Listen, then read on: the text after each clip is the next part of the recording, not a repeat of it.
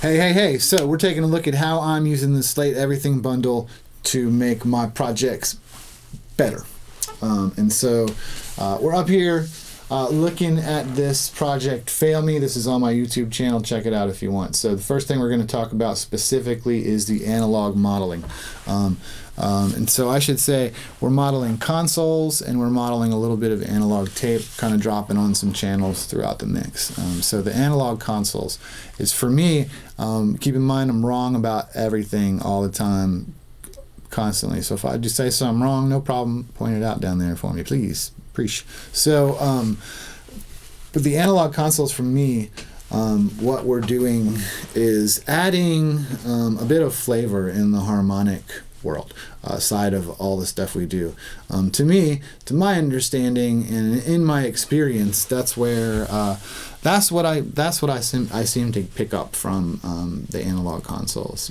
So it's very hard to verbalize, put into words the what sounds better about it. Like until you just A/B it, on and off, and do it for yourself. It's hard to tell. I will say this. Ears are fickle things. You don't want to ever spend too much time here at your workstation mixing, because your ears will get tired and you'll hear stuff you're not supposed to be hearing, or you'll hear stuff wrong. Let your ears adjust to it one way, and then flip it on, and let it adjust to that, then flip it off, and go back and forth like that for a little while, and you'll start to hear. So I'll try and give you a little example, and we'll start with that.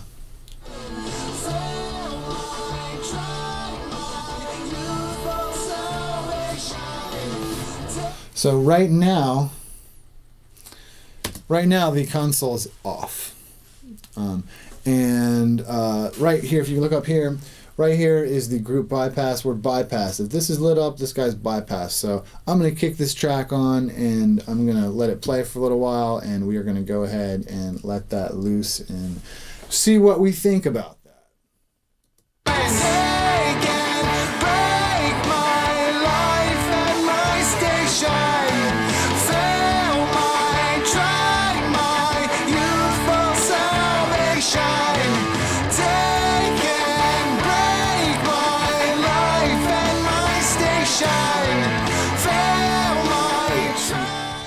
You can tell it just adds that little,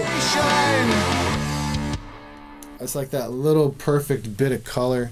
It's very hard to describe, but it's like it's taken off a tiny sock off the top end that I didn't even know was there, and it's taking this magic beautiful stick and wiping it across the middle, and then going to the bottom and just giving it a little bit of something, and now it's like a little more for everybody all the way through. I love the virtual consoles. So that's the Brit 4G. This Trident over here is super cool as well. I really like to hear the difference with the Trident thing when I'm messing with the consoles back and forth. Use that Trident one for a lot of stuff. That's the virtual channel. A good extension kind of the virtual channel is what we have on our master over here. Happens to be in the same slot. This is the SSL bus compressor, the famous, beautiful, bread and butter compressor.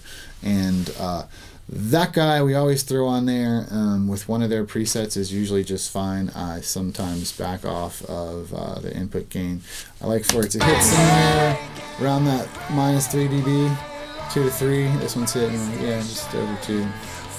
Drive it a little, not too much. I feel like with all this analog modeled stuff, you kind of want to, drive stuff. Get the goodness out of it. Why not? That's why we're using it.